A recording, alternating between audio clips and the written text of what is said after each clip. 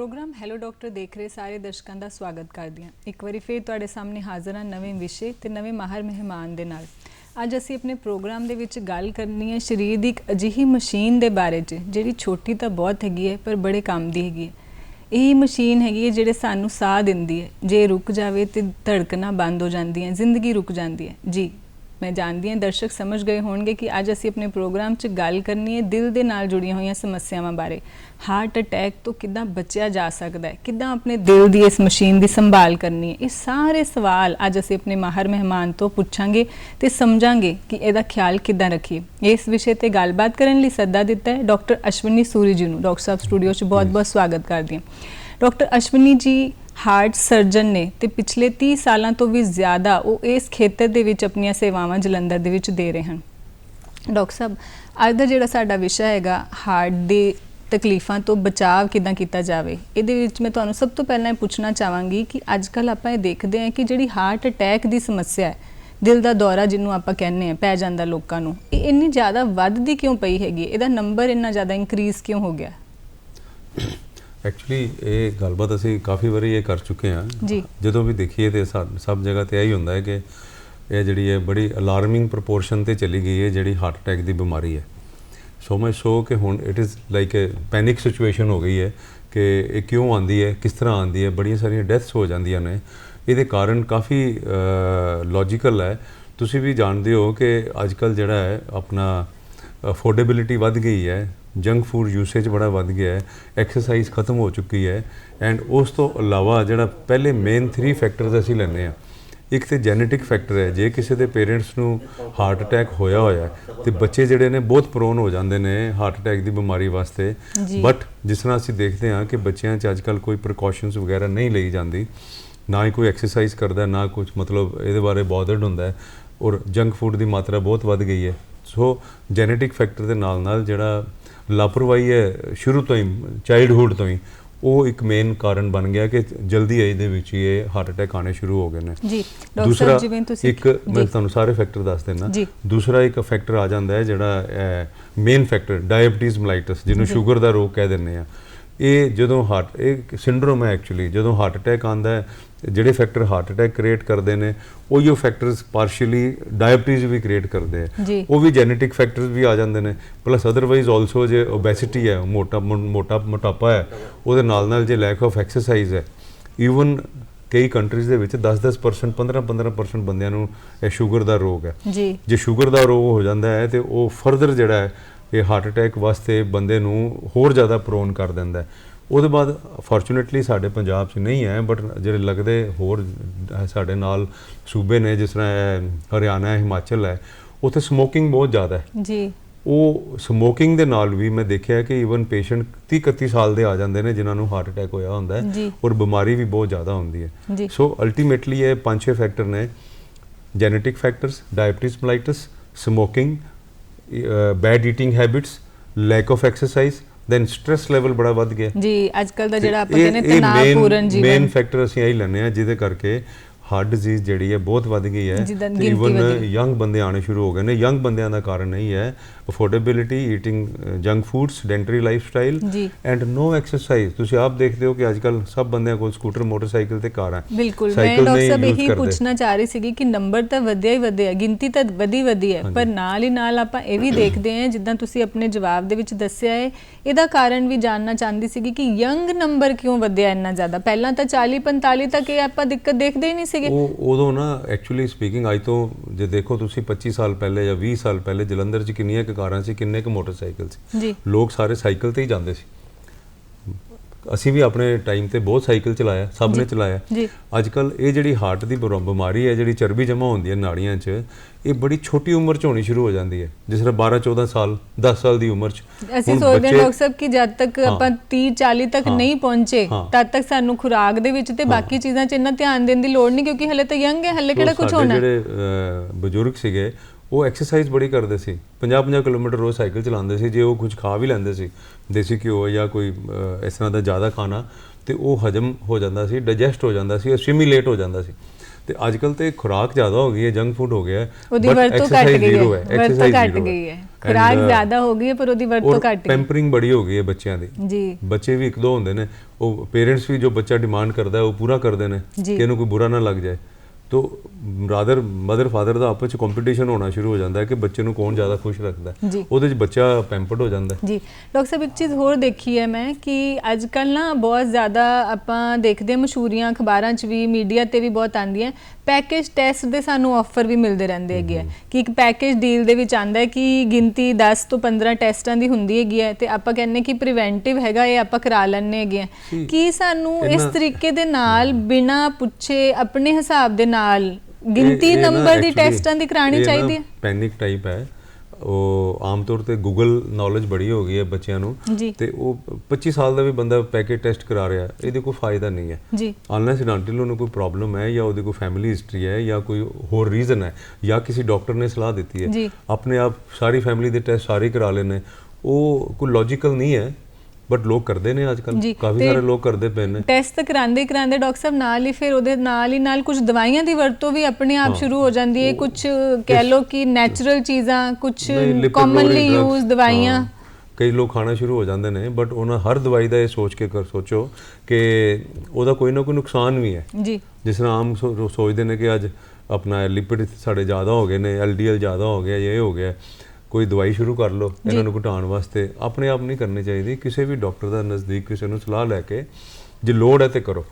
ਮਤਲਬ ਵੈਸੇ ਇਹ ਰੈਂਡਮ ਨਹੀਂ ਕਰਨਾ ਚਾਹੀਦਾ। ਜੇ ਕੋਈ ਨੈਗੇਟਿਵ ਫੈਕਟਰ ਨਹੀਂ ਹੈ ਕਿਸੇ ਦੇ ਵਿੱਚ ਤੇ ਬੜਾ ਅਨਲਾਈਕਲੀ ਹੁੰਦਾ ਹੈ, 1-2% ਚਾਂਸ ਹੁੰਦਾ ਹੈ ਕਿ ਉਹਨੂੰ ਅੱਗੇ ਜਾ ਕੇ ਕਿਤੇ ਹਾਰਟ ਪ੍ਰੋਬਲਮ ਆਏਗੀ, ਅਨਲੈਸ ਅਨਟਿਲ ਉਹਦੇ 'ਚ ਕੋਈ ਨੈਗੇਟਿਵ ਫੈਕਟਰਸ ਹੈਗੇ ਨੇ ਜੀ। ਸੋ ਅਲਟੀਮੇਟਲੀ ਐਂਡ ਆਫ ਦਾ ਡੇ ਉਹਨੂੰ ਕਿਸੇ ਡਾਕਟਰ ਨੂੰ ਸਲਾਹ ਕਰਕੇ ਫਿਰ ਹੀ ਸਭ ਕੁਝ ਕਰਨਾ ਚਾਹੀਦਾ ਹੈ। ਐਸ ਸੱਚ ਟੈਸਟ ਕਰਾਉਣ ਦਾ ਕੋਈ ਫਾਇਦਾ ਨਹੀਂ ਹੈ ਜੀ।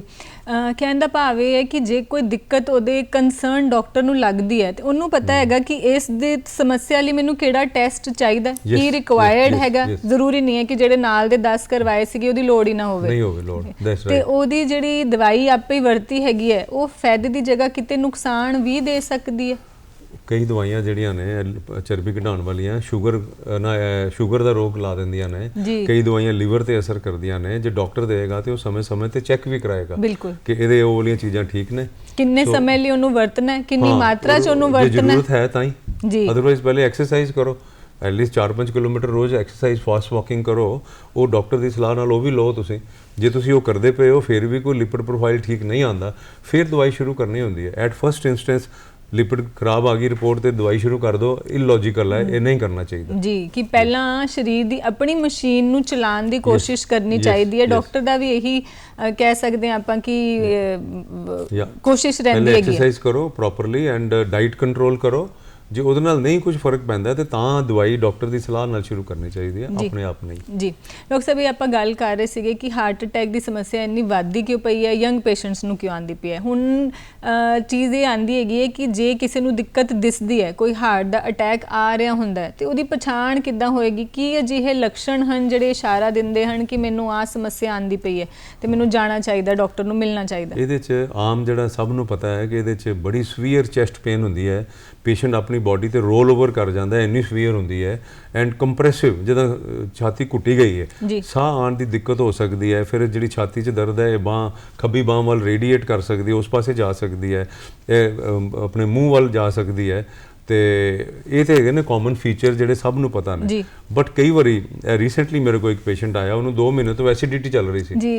ਉਹ ਐਸਿਡਿਟੀ ਦੀ ਦਵਾਈ ਖਾਈ ਜਾ ਰਿਹਾ ਸੀਗਾ ਐਂਡ ਉਹ ਡਾਕਟਰ ਦੀ ਸਲਾਹ ਨਹੀਂ ਲਈ, ਉਹਨੇ ਇਨੋ ਫਰੂਟ ਸੋਲ ਇਹ ਉਹ ਕੁਝ ਖਾ ਲੈਂਦਾ ਸੀ। ਪਰ ਅਮਨ ਆਈ ਥਿੰਕ ਜੇ ਕਿਸੇ ਨੂੰ ਐਸਿਡਿਟੀ ਵੀ ਹੈ, ਇੱਕ ਵਾਰੀ ਡਾਕਟਰ ਦੀ ਸਲਾਹ ਲੈ ਕੇ ECG ਘੱਟੋ ਘੱਟ ਕਰਾ ਲੈਣੀ ਚਾਹੀਦੀ ਹੈ, ਈਕੋਕਾਰਡੀਓਗ੍ਰਾਫੀ ECG। ਉਹਦੇ ਤੋਂ ਥੋੜਾ ਜਿਹਾ ਆਈਡੀਆ ਹੋ ਜਾਂਦਾ ਹੈ ਕਿ ਕਿਧਰੇ ਕੋਈ ਹਾਰਟ ਦੀ ਪ੍ਰੋਬਲਮ ਤਾਂ ਨਹੀਂ ਹੈ। ਨੈਕਸਟ ਆ ਜਾਂਦਾ ਕੋਈ TMT ਟੈਸਟ ਕਰਾ ਲਵੇ ਜੇ ਬਾਰ-ਬਾਰ ਉਹਨੂੰ ਐਸਿਡਿਟੀ ਜ਼ਿਆਦਾ ਹੁੰਦੀ ਹੈ, ਜੇ ਅੱਗੇ ਪਿੱਛੇ ਨਹੀਂ ਹੋਈ।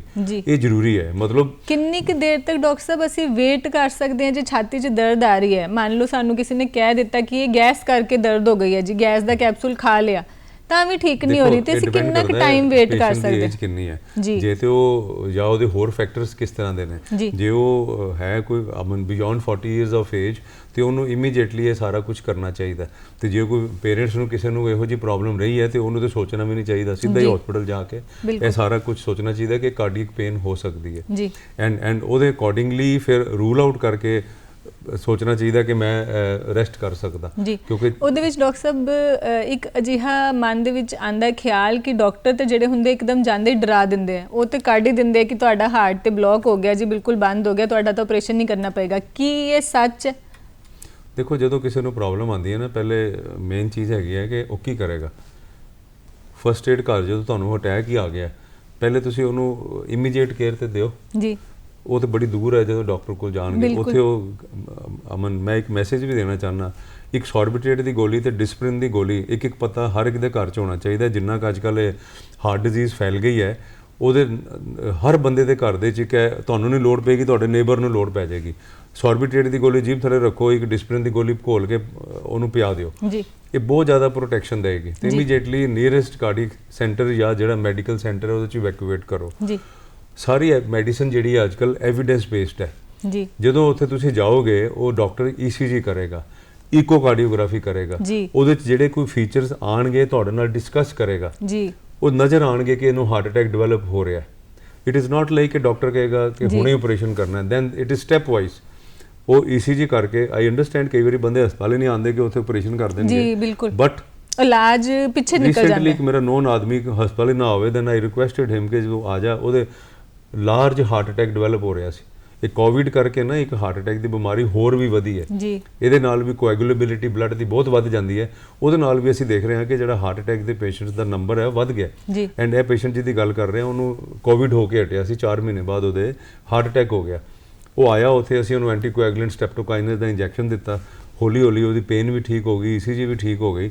ਨਾ ਉਹਦੀ ਐਂਜੀਓਗ੍ਰਾਫੀ ਕੀਤੀ ਬਿਕੋਜ਼ ਉਹ ਅਫੋਰਡ ਨਹੀਂ ਸੀ ਕਰ ਸਕਦਾ, ਨਾ ਉਹਦਾ ਕੋਈ ਆਪਰੇਸ਼ਨ ਹੋਇਆ, ਨਾ ਕੁਝ ਹੋਇਆ, ਉਹ ਠੀਕ ਠਾਕ ਹੈ, ਇਸ ਵੇਲੇ ਦਵਾਈਆਂ ਤੇ ਹੈ ਔਰ ਵਧੀਆ ਚੱਲਦਾ ਪਿਆ। ਕਹਿਣ ਦਾ ਭਾਵ ਇਹ ਹੈਗਾ ਕਿ ਜਦ ਤੱਕ ਡਾਕਟਰ ਨੂੰ ਇਹ ਲੱਗਦਾ ਨਹੀਂ ਹੈਗਾ ਕਿ ਇੱਥੇ ਟੈਸਟ ਲੋੜੀਂਦੇ ਹੈ, ਜ਼ਰੂਰੀ ਹੈ, ਇਹਦੀ ਜਾਨ ਨੂੰ ਖਤਰਾ ਹੈ, ਤਦ ਤੱਕ ਅਜਿਹਾ ਕੁਝ ਵੀ ਨਹੀਂ ਕੀਤਾ ਜਾਂਦਾ ਹੈਗਾ। ਸੀ ਪੇਸ਼ੈਂਟ ਦੀ ਕੰਸੈਂਟ ਤੇ ਚਾਹੀਦੀ ਹੈ ਨਾ, ਜਦੋਂ ਤੁਹਾਨੂੰ ਦੱਸਿਆ ਹੈ ਪੇਸ਼ੈਂਟ ਕਹਿੰਦਾ ਮੈਂ ਅਫੋਰਡ ਹੀ ਨਹੀਂ ਕਰ ਸਕਦਾ ਤੇ ਡਾਕਟਰ ਕੰਸੈਂਟ ਨਹੀਂ ਦੇਗਾ, ਉਹ ਤੇ ਡਾਕਟਰ ਨਹੀਂ ਕਰੇਗਾ, ਬਟ ਉਹਨੂੰ ਡਾਕਟਰ ਨੂੰ ਐਡਵਾਈਸ ਕਰਨਾ ਜ਼ਰੂਰ ਬਣਦਾ ਹੈ। ਜੇ ਉਹ ਐਡਵਾਈਸ ਨਹੀਂ ਕਰਦਾ, ਲੈਟ ਅਸ ਸੇ ਉਹਦੀ ਜਾਨ ਚਲੀ ਜਾਂਦੀ ਹੈ, ਘਰ ਦੇ ਨਹੀਂ ਕਹਿਣਾ, ਤੁਹਾਨੂੰ ਤੇ ਨਹੀਂ ਪਤਾ ਉਹਦਾ ਫਾਈਨੈਂਸ਼ੀਅਲ ਸਟੇਟਸ ਕੀ ਹੈ, ਉਹ ਕਹਿਣਗੇ ਤੁਸੀਂ ਇਹ ਕੀਤਾ ਕਿਉਂ ਨਹੀਂ, ਤੁਸੀਂ ਦੱਸਿਆ ਵੀ ਨਹੀਂ। ਤੁਹਾਨੂੰ ਦੱਸਣਾ ਪਏਗਾ ਕਿ ਇਹ ਟ੍ਰੀਟਮੈਂਟ ਹੈ, ਮੋਡੈਲਿਟੀਜ਼, ਅਸੀਂ ਇੱਧਰ ਜਾ ਸਕਦੇ ਹਾਂ, ਇਹਦਾ ਇਹ ਨੁਕਸਾਨ ਹੈ, ਇਹਦਾ ਇਹ ਫਾਇਦਾ ਹੈ। ਤੇ ਜਿੱਦਾਂ ਜੇ ਕੋਈ ਪਹਿਲੇ ਨਹੀਂ ਕਰ ਸਕਦਾ ਤੇ ਸਟ੍ਰੈਪਟੋਕਾਈਨਸ ਦੇਣਾ ਜਾਂ ਰੈਟੀਪਲੇਜ਼ ਇੰਜੈਕਸ਼ਨ ਦੇਣਾ ਜ਼ਰੂਰੀ ਹੈ। ਕਈ ਲੋਕ ਰੈਟੀਪਲੇਜ਼ ਇੰਜੈਕਸ਼ਨ ਮਹਿੰਗਾ, ਉਹ ਵੀ ਨਹੀਂ ਅਫੋਰਡ ਕਰ ਸਕਦੇ, ਉਹਨੂੰ ਅਸੀਂ ਸਟ੍ਰੈਪਟੋਕਾਈਨਸ ਦੇ ਦਿੰਦੇ ਹਾਂ। ਸੋ ਇਲਾਜ ਦੇ ਬਹੁਤ ਵੱਖਰੇ ਵੱਖਰੇ ਤਰੀਕੇ ਹਨ, ਉਹਨੂੰ ਮੈਨੇਜ ਕੀਤਾ ਜਾ ਸਕਦਾ, ਪਰ ਉਹ ਕਰੇਗਾ ਤੇ ਇੱਕ ਡਾਕਟਰ ਹੀ। ਤੇ ਕਹਿਣ ਦਾ ਭਾਵ ਹੈ ਕਿ ਤੁਹਾਨੂੰ ਉੱਥੇ ਜਾਣਾ ਤੇ ਉਹਨਾਂ ਦੀ ਸਲਾਹ ਲੈਣੀ ਬਹੁਤ ਜ਼ਰੂਰੀ ਹੈਗੀ। ਉੱਥੇ ਪਹੁੰਚ ਕੇ ਅਲਟੀਮੇਟਲੀ ਡਾਕਟਰ ਦਾ ਇਹ ਹੁੰਦਾ ਕਿ ਜੇ ਹਾਰਟ ਅਟੈਕ ਡਿਵੈਲਪ ਹੋ ਰਿਹਾ, ਈਵਨ ਇਹ ਵੀ ਦੱਸਿਆ ਜਾਂਦਾ ਹੈ ਕਿ ਤੁਹਾਨੂੰ ਕੈਥ ਲੈਬ 'ਚ ਲੈ ਕੇ ਤੇ ਨਾੜੀ ਖੋਲ ਦਿੱਤੀ ਜਾਵੇ। ਹੁਣ ਉਹਦਾ 1.5 ਲੱਖ ਰੁਪਏ ਦਾ ਖਰਚਾ ਹੁੰਦਾ ਹੈ, ਉਹਨੂੰ ਪੁੱਛਣਾ ਪੈਂਦਾ ਹੈ ਮਰੀਜ਼ ਦੇ ਅਟੈਂਡੈਂਟ ਨੂੰ ਕਿ weather they can afford it, affordability ਹੈ ਕਿ ਨਹੀਂ ਹੈ। ਜੇ ਉਹ ਕਹਿਣ ਹਾਂ ਜੀ ਅਸੀਂ ਤਿਆਰ ਹਾਂ, ਯੰਗ ਬੰਦਾ ਹੈ, ਅਫੋਰਡੇਬਿਲਿਟੀ ਵੀ ਹੈ, ਫਿਰ ਬੰਦਾ ਇਹ ਹੈ ਕਿ ਉਹਦੇ ਨਾਲ ਨਾ ਇੱਕਦਮ ਖੋਲ ਦਿਓ ਤੇ ਸ਼ੋਰ ਸ਼ਾਟ ਹੁੰਦਾ ਹੈ ਕਿ ਉਹਦਾ ਮਸਲ ਹਾਰਟ ਦਾ ਬਚ ਜਾਏਗਾ।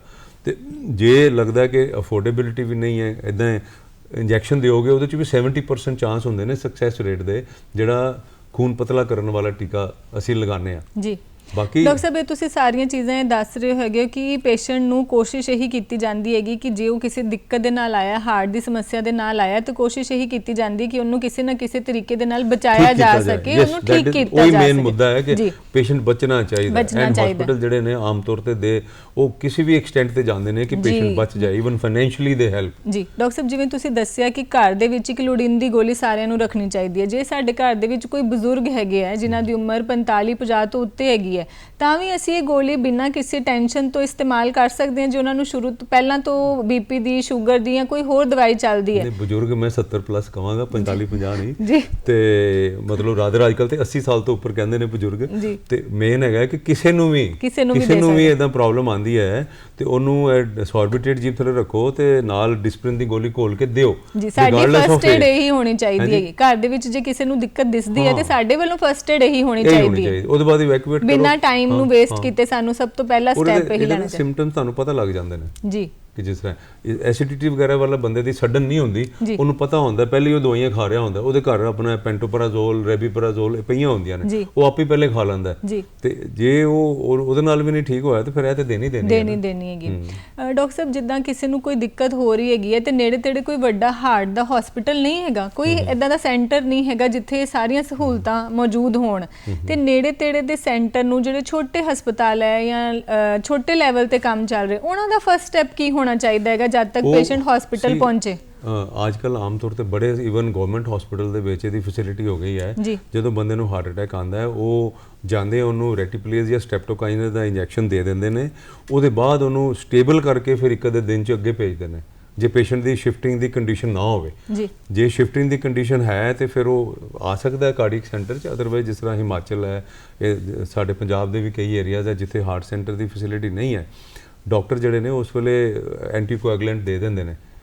ਅਲਟੀਮੇਟਲੀ ਪੇਸ਼ੈਂਟ ਥੋੜਾ ਬੀਪੀ ਵਗੈਰਾ ਵੀ ਸਟੇਬਲ ਹੋ ਜਾਏ ਦਵਾਈਆਂ ਵਾਈਆਂ ਦੇ ਕੇ, ਤੇ ਉਹਦੇ ਬਾਅਦ ਸ਼ਿਫਟ ਕਰ ਦੇਣੇ। ਜੇ ਜ਼ਿਆਦਾ ਕ੍ਰਿਟੀਕਲ ਲੱਗੇ ਤੇ ਫਿਰ ਇਮੀਡੀਏਟਲੀ ਐਂਬੂਲੈਂਸ ਵਗੈਰਾ ਫੈਸਿਲਿਟੀ ਹੁੰਦੀ ਹੈ, ਆਕਸੀਜਨ ਵਗੈਰਾ ਲਗਾ ਕੇ ਕਾਰਡਿਕ ਸੈਂਟਰ 'ਚ ਇਮੀਡੀਏਟਲੀ ਸ਼ਿਫਟ ਕਰ ਦਿੰਦੇ। ਡਾਕਟਰ ਸਾਹਿਬ ਇਹ ਸਮਝਾਉਣ ਦੀ ਕੋਸ਼ਿਸ਼ ਕਰ ਰਹੇ ਬਜਾਏ ਕਿ ਇੱਕਦਮ ਘਰੋਂ ਲੈ ਕੇ ਮਰੀਜ਼ ਨੂੰ ਦੂਰ ਤੱਕ ਕਿਸੇ ਵੱਡੇ ਸੈਂਟਰ ਦੀ ਇਸ ਤਰੀਕੇ ਦੇ ਨਾਲ ਲੱਭਦੇ ਉਹਨੂੰ ਸਮਾਂ ਜਿਹੜਾ ਹੈਗਾ ਆਪਾਂ ਆਪਣਾ ਬਰਬਾਦ ਕਰੀਏ, ਅਸੀਂ ਨੇੜੇ ਦੇ ਕਿਸੇ ਡਾਕਟਰ ਕੋਲ ਪਹਿਲਾਂ ਫਸਟ ਏਡ ਲਈ ਜ਼ਰੂਰ ਲੈ ਕੇ ਜਾਈਏ ਤਾਂ ਕਿ ਮਰੀਜ਼ ਜਿਹੜਾ ਹੈਗਾ ਉਹ ਦਿੱਕਤ ਨਾ ਹੋਣੀ ਚਾਹੀਦੀ ਹੈ, ਫੈਸਿਲਿਟੀਆਂ ਹੋਣੀਆਂ ਚਾਹੀਦੀਆਂ। ਫੈਸਿਲਿਟੀ ਨਾ ਹੋਵੇ ਤੇ ਅਸੀਂ ਲੈ ਕੇ ਮਰੀਜ਼ ਫਿਰੀ ਜਾਈਏ, ਉਹਦਾ ਸਮਾਂ ਵੀ ਬਰਬਾਦ ਹੋਵੇ ਤੇ ਬਿਮਾਰੀ ਵਧੇ। ਪੰਜਾਬ ਵਿੱਚ ਲੱਕੀ ਅੱਜ ਦੀ ਡੇਟ 'ਚ ਜੀ ਮੇਰੇ ਖਿਆਲ 50 ਕਿਲੋਮੀਟਰ ਦੇ ਅੰਦਰ ਹਾਰਟ ਸੈਂਟਰ ਹੈਗੇ ਨੇ ਜੀ, ਤੇ ਤੁਸੀਂ ਘੰਟੇ ਸਵਾ ਘੰਟੇ 'ਚ ਹਾਰਟ ਸੈਂਟਰ 'ਚ ਪਹੁੰਚ ਜਾਂਦੇ ਹੋ ਜੀ। ਤੇ ਉੱਥੇ ਕਾਰਡੀਓਲੋਜਿਸਟ ਹੁੰਦਾ ਹੈ, ਉਹ ਆਪਣੇ ਆਪ ਜਾ ਕੇ ਜਾਂਦੇ ਹੈ, ਦੇਖ ਲੈਂਦਾ ਹੈ, ਉਹਦੇ ਅਕੋਰਡਿੰਗਲੀ ਅੱਗੇ ਇਕੋ ਦੀ ਫੈਸਿਲਿਟੀ ਨਹੀਂ ਹੁੰਦੀ ਆਮ ਜਗ੍ਹਾ ਤੇ ਜੀ, ਇਕੋ 'ਚ ਪਤਾ ਲੱਗ ਜਾਂਦਾ ਹੈ, ECG 'ਚ ਪਤਾ ਲੱਗ ਜਾਂਦਾ ਹੈ, ਅਕੋਰਡਿੰਗਲੀ ਜੇ ਕੈਥ ਲੈਬ ਹੈ ਤੇ ਕੈਥ ਲੈਬ 'ਚ ਉਹਦੀ ਆਪਣਾ ਐਂਜੀਓਗ੍ਰਾਫੀ ਹੋ ਜਾਂਦੀ ਹੈ। ਬਿਲਕੁਲ ਇਹੀ ਪੁੱਛਣ ਲੱਗੀ ਸੀ ਕਿ ਤੁਹਾਨੂੰ ਕਿ ਜਦੋਂ ਮਰੀਜ਼ ਹਸਪਤਾਲ 'ਚ ਆ ਜਾਂਦਾ ਹੈ,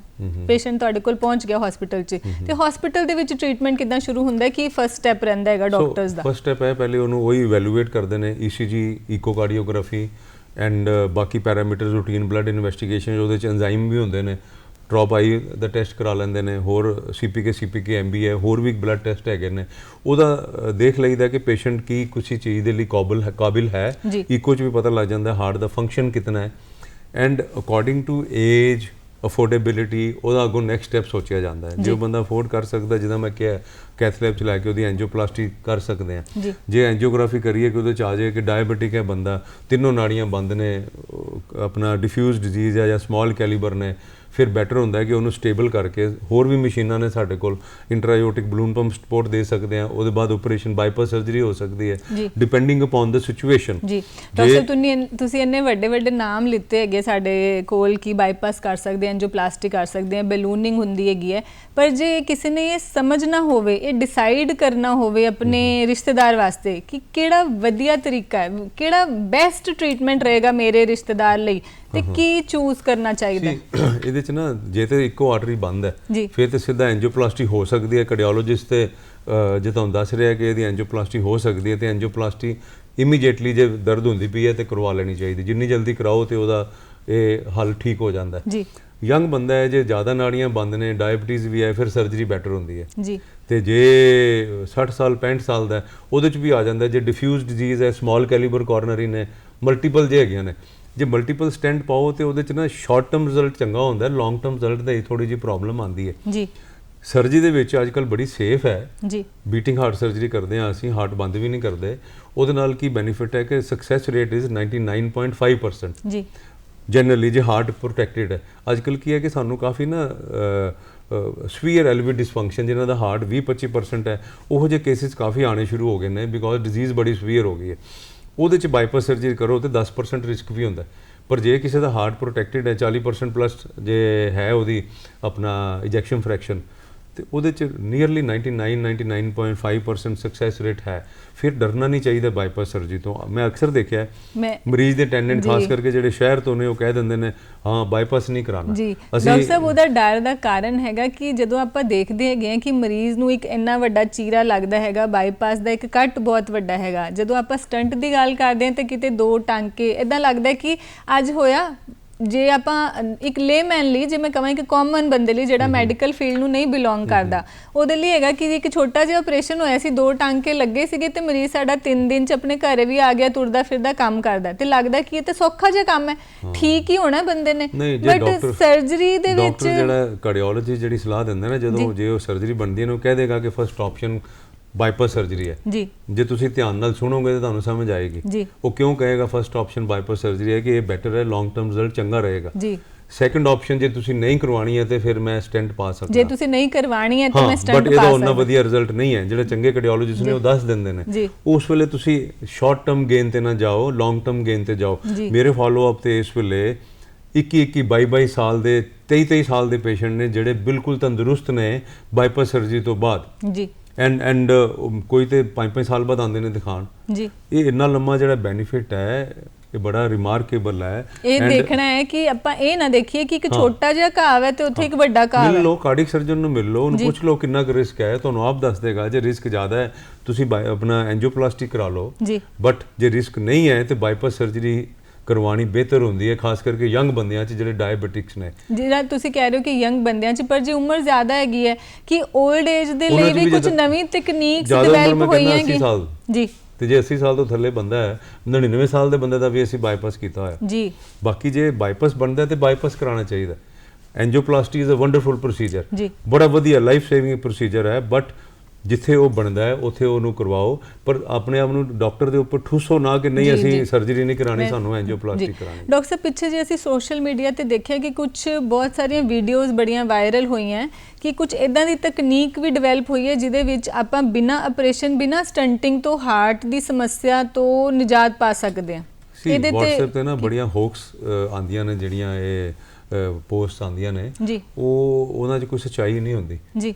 ਹਲੇ ਜੇ ਮਤਲਬ ਬਾਈਪਾਸ ਸਰਜਰੀ ਤੋਂ ਬਗੈਰ ਕੋਈ ਇਹੋ ਜਿਹੀ ਚੀਜ਼ ਹੁੰਦੀ ਤੇ ਅਮਰੀਕਾ ਦਾ ਪ੍ਰੈਜ਼ੀਡੈਂਟ ਕਿਉਂ ਬਾਈਪਾਸ ਕਰਾਉਂਦਾ ਤੇ ਸਾਡਾ ਪ੍ਰਧਾਨ ਮੰਤਰੀ ਸਰਦਾਰ ਮਨਮੋਹਨ ਸਿੰਘ ਕਿਉਂ ਬਾਈਪਾਸ ਕਰਾਉਂਦੇ? ਹਲੇ ਤੱਕ ਇਹੋ ਜਿਹੀ ਚੀਜ਼ਾਂ ਨਹੀਂ ਆਈਆਂ।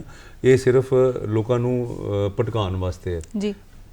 ਇਹਦਾ ਇਲਾਜ ਇਹੋ ਹੀ ਹੈ, ਪਹਿਲੇ ਐਂਟੀਕੋਐਗੂਲੈਂਟ ਜਿਹੜਾ ਇੰਜੈਕਸ਼ਨ ਲੱਗ ਜਾਏ, ਨਹੀਂ ਹੈ ਐਂਜੀਓਪਲਾਸਟੀ ਹੋ ਜਾਏ, ਉਹ ਨਹੀਂ ਹੋ ਸਕਦੀ ਤੇ ਬਾਈਪਾਸ ਹੋ ਜਾਏ। ਪਰ ਇਹ ਬਿਲਕੁਲ ਸਟੈਂਡਰਡ ਪੈਟਰਨ, ਸਾਇੰਟੀਫਿਕ ਇਹੀ ਹੈ ਪੈਟਰਨ।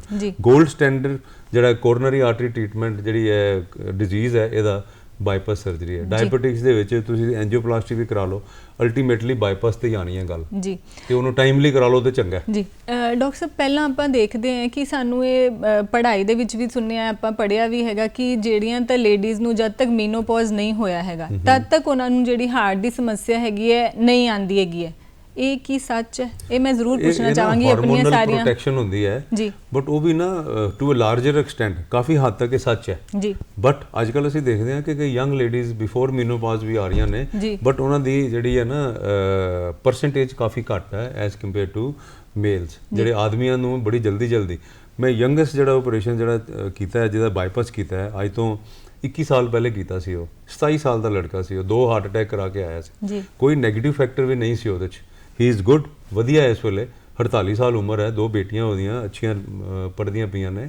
ਬਟ ਉਹ ਹੈ ਕਿ that is beauty of bypass surgery ਜੀ। ਬਾਈਪਾਸ ਇੱਕ ਵਾਰੀ ਕਰਾ ਕੇ ਨਾ ਬੰਦਾ ਭੁੱਲ ਜਾਏ ਕਿ ਮੈਂ ਬਾਈਪਾਸ ਕਰਾਇਆ। ਜੇ ਉਹਦਾ ਹਾਰਟ ਫੰਕਸ਼ਨ ਠੀਕ ਹੈ, ਨਾੜੀਆਂ ਠੀਕ ਹੈ, ਤਾਂ ਜੇ ਤੁਸੀਂ ਲੇਟ ਸਟੇਜ ਤੇ ਆਉਂਦੇ ਹੋ ਤੇ ਫਿਰ ਬਾਈਪਾਸ ਦੇ ਵੀ ਰਿਜ਼ਲਟ ਜਿਹੜੇ ਨਾ ਗਾਡੀਡ ਹੋ ਜਾਂਦੇ ਨੇ ਜੀ। ਐਂਡ ਆਫ ਦਾ ਡੇ ਸਾਨੂੰ ਮਨ 'ਚ ਰੱਖਣਾ ਪਏਗਾ ਕਿ ਸਾਰੇ ਜਿਹੜੇ ਟ੍ਰੀਟਮੈਂਟਸ ਨੇ ਇਹ ਪੈਲੀਏਟਿਵ ਟ੍ਰੀਟਮੈਂਟ ਨੇ ਜੀ, ਇਹ ਕਿਉਰੇਟਿਵ ਨਹੀਂ ਹੈ। ਬਿਲਕੁਲ, ਮੈਂ ਬਲੱਡ ਦੇ ਵਿੱਚ ਚਰਬੀ ਹੈ। ਚਾਹਾਂਗੀ ਕਿ ਜੇ ਅਸੀਂ ਆਪਣੇ ਹਾਰਟ ਨੂੰ ਰੱਖਣਾ ਸਵਸਥ, ਇਹ ਚੀਜ਼ਾਂ ਤੋਂ ਬਚਾਉਣਾ ਹੈ, ਉੱਥੇ ਤੱਕ ਨਹੀਂ ਪਹੁੰਚਣਾ ਕਿ ਮੈਨੂੰ ਹਾਰਟ ਅਟੈਕ ਹੋਵੇ, ਮੈਨੂੰ ਇਲਾਜ ਕਰਾਉਣਾ ਪਵੇ, ਮੈਨੂੰ ਸਰਜਰੀ ਬਾਰੇ ਸੋਚਣਾ ਪਵੇ ਜਾਂ ਸਟੰਟ ਬਾਰੇ। ਕੀ ਪ੍ਰੀਕਾਸ਼ਨਸ ਲੈਣੀਆਂ? ਇਹਦੇ 'ਚ ਉਹੀ ਹੈ, ਸਾਤਵਿਕ ਭੋਜਨ ਖਾਓ ਜੀ, ਤੇ ਨਾਲ ਐਕਸਰਸਾਈਜ਼ ਕਰੋ, ਜਿਸ ਤਰ੍ਹਾਂ ਮੈਂ ਦੱਸਿਆ ਐਟਲੀਸਟ 30-40 ਮਿੰਟ ਰੋਜ਼ ਫਾਸਟ ਵਾਕਿੰਗ ਕਰਨੀ ਚਾਹੀਦੀ ਹੈ ਮਿਨੀਮਮ ਜੀ। ਐਂਡ ਜੰਕ ਫੂਡ ਤੋਂ ਅਵੋਇਡ ਕਰੋ। ਆਪਣੀ ਸਿਹਤ ਦਾ ਧਿਆਨ ਰੱਖੋ। ਸਾਲ ਬਾਅਦ ਇੱਕ ਵਾਰੀ, ਜਦੋਂ ਤੁਸੀਂ 40 ਸਾਲ ਕ੍ਰਾਸ ਹੋ ਗਿਆ, ਸਾਲ ਬਾਅਦ ਇੱਕ ਵਾਰੀ ਡਾਕਟਰ ਨਾਲ ਜਾ ਕੇ ਚੈੱਕਅਪ ਕਰਾ ਲਓ। ਐਂਡ ਜੇ ਤੁਹਾਡੇ ਕੋਈ ਰਿਸਕ ਫੈਕਟਰ ਹੈ ਤੇ ਆਪਣਾ LDL ਲੈਵਲ ਵੀ ਚੈੱਕ ਕਰਾਓ ਤੇ ਟ੍ਰਾਈਗਲਿਸਰਾਈਡ ਲੈਵਲ ਵੀ ਚੈੱਕ ਕਰਾਓ, ਉਹਨੂੰ ਵੀ ਆਪਣਾ ਥੋੜਾ ਕੰਟਰੋਲ 'ਚ ਰੱਖੋ। ਇਹੀ ਮੇਨ ਹੈਗਾ, ਬਾਕੀ ਹੋਰ ਇਸ ਤੋਂ ਇਲਾਵਾ ਤੁਸੀਂ ਕੁਝ ਨਹੀਂ ਕਰ ਸਕਦੇ ਜੀ। ਤੇ ਜਾਂਦੇ ਜਾਂਦੇ ਡਾਕਟਰ ਸਾਹਿਬ ਦਾ ਇੱਕ ਛੋਟਾ ਜਿਹਾ ਸੁਨੇਹਾ ਕਿ ਆਪਣੇ ਇਸ ਛੋਟੇ ਜਿਹੇ ਦਿਲ ਨੂੰ ਕਿੱਦਾਂ ਸਵਸਥ ਰੱਖਣਾ ਹੈ, ਹੱਸਦੇ ਰਹੀਏ, ਮੁਸਕਰਾਉਂਦੇ ਰਹੀਏ ਤੇ ਖੁਰਾਕ ਦਾ ਧਿਆਨ ਰੱਖੀਏ। ਯੈਸ, ਮੈਡੀਟੇਸ਼ਨ ਕਰੋ ਥੋੜੀ ਨਾਲ ਐਕਸਰਸਾਈਜ਼ ਕਰੋ, ਠੀਕ ਭੋਜਨ ਖਾਓ ਐਂਡ ਆਈ ਥਿੰਕ ਆਪਣਾ ਥੋੜਾ ਜਿਹਾ ਡਾਕਟਰ ਨਾਲ ਰਾਬਤਾ ਰੱਖੋ, ਮੈਂ ਵੀ ਸਾਲ 2 ਸਾਲ ਬਾਅਦ ਚੈੱਕ ਕਰਾਉਂਦੇ ਰਹੋ ਆਫਟਰ ਅ ਸਰਟਨ ਏਜ, ਤੇ ਠੀਕ ਰਹਿਣਾ ਚਾਹੀਦਾ ਜੀ। ਡਾਕਟਰ ਸਾਹਿਬ ਤੁਸੀਂ ਸਟੂਡੀਓ 'ਚ ਆਏ ਅੱਜ, ਇੰਨੇ ਵਧੀਆ ਤਰੀਕੇ ਨਾਲ ਸਾਡੇ ਦਰਸ਼ਕਾਂ ਨੂੰ ਤੁਸੀਂ ਇਸ ਦਿਲ ਦੀ ਸੰਭਾਲ ਬਾਰੇ ਸਮਝਾਇਆ, ਇਸ ਦੇ ਲਈ ਬਹੁਤ ਬਹੁਤ ਤੁਹਾਡਾ ਸ਼ੁਕਰੀਆ। Thank you. ਇਸ ਦੇ ਨਾਲ ਹੀ ਇਜਾਜ਼ਤ ਦਿਓ, ਧੰਨਵਾਦ। Thank you very much.